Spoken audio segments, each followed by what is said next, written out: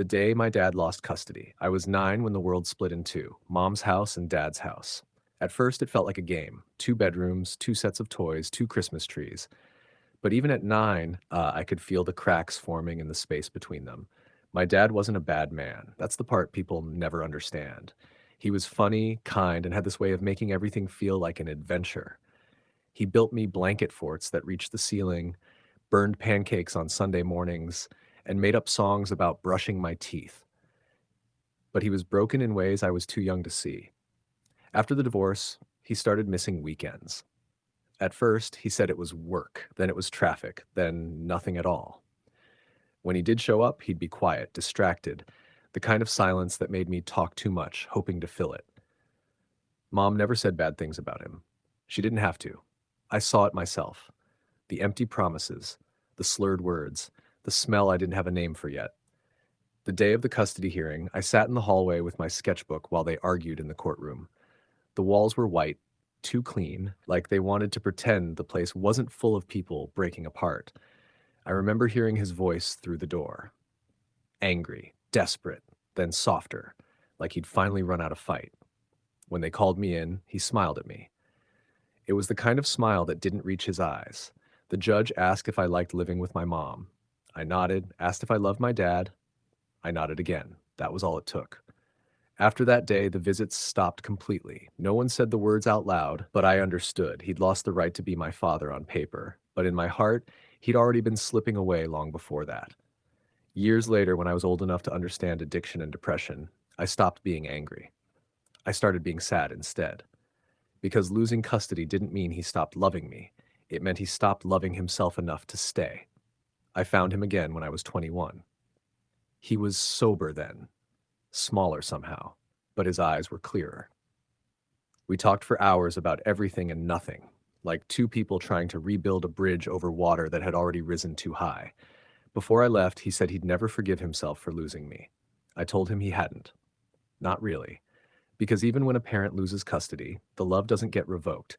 It just waits, quietly, patiently, for the day someone finally reaches back. The day I lost my child, they say the court decides custody in the best interest of the child. But that day, I knew the truth. I had already lost long before the judge ever spoke. When you lose yourself, everything else follows. Your marriage, your home. And if you're not careful, the one person who still looks at you like you can't do wrong. That person was my kid. After the divorce, I tried to keep things normal. I made pancakes, told jokes, promised the world. But behind all of that, I was falling apart. The drinking started small, a beer after work, then two, then a bottle to drown out the sound of my own guilt. I told myself I was holding it together, that my kid didn't notice. Kids see everything, especially the things you think you've hidden well. The day of the custody hearing, I showed up early, sober for the first time in weeks. My hands wouldn't stop shaking. My lawyer told me to stay calm, to speak only when spoken to.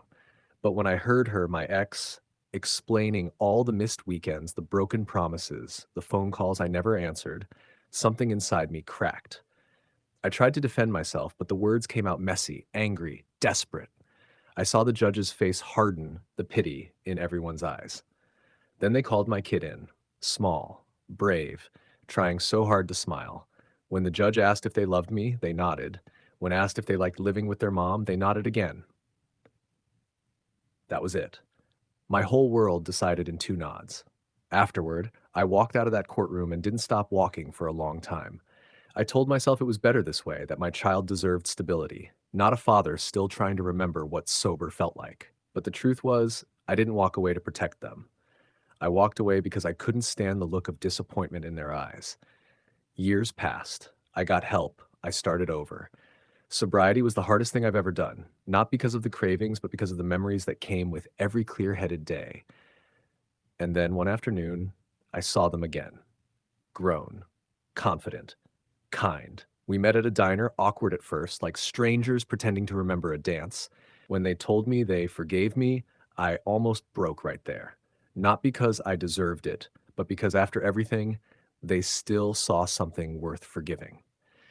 That night, I sat in my car for a long time after they left, hands trembling against the steering wheel, realizing that redemption doesn't always look like getting your child back. Sometimes It's just being given another chance to love them better than you did before. And if I've learned anything, it's this: custody papers can decide where a child lives, but not where love does. The day I became my father, I didn't understand my dad until I became one. The night my daughter was born, I held her in my arms and realized how terrifying love can be.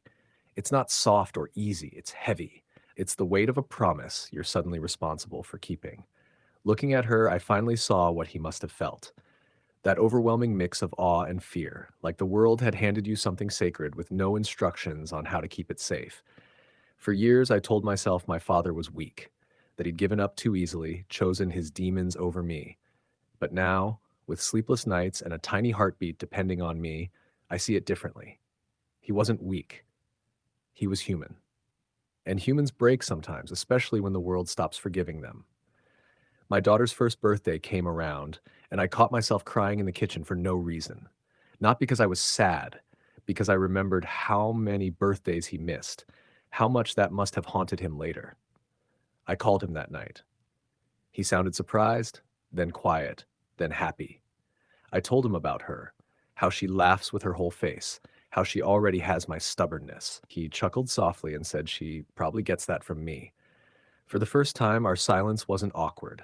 It was peaceful, like we both finally understood the same language, the one only parents speak. Before we hung up, I told him something I'd never said before: that I was proud of him for fighting his way back from the edge, for not letting guilt destroy him, for trying, even when it was too late to fix everything. He didn't say much, just breathed slowly, like someone trying not to cry. After we hung up, I sat in the dark listening to my daughter's small breaths from the next room, and I realized that forgiveness isn't something you give once. It's something you keep choosing over and over until it stops hurting. My father lost custody of me the day I needed him most, but in a strange way, he helped me keep mine by teaching me what losing love really costs. Now, when I hold my daughter close, I whisper a quiet promise into her hair that I'll stay, that I'll fight, that I'll never let her wonder if she was worth holding on to. Because that's how I honor him, by breaking the cycle he never meant to start.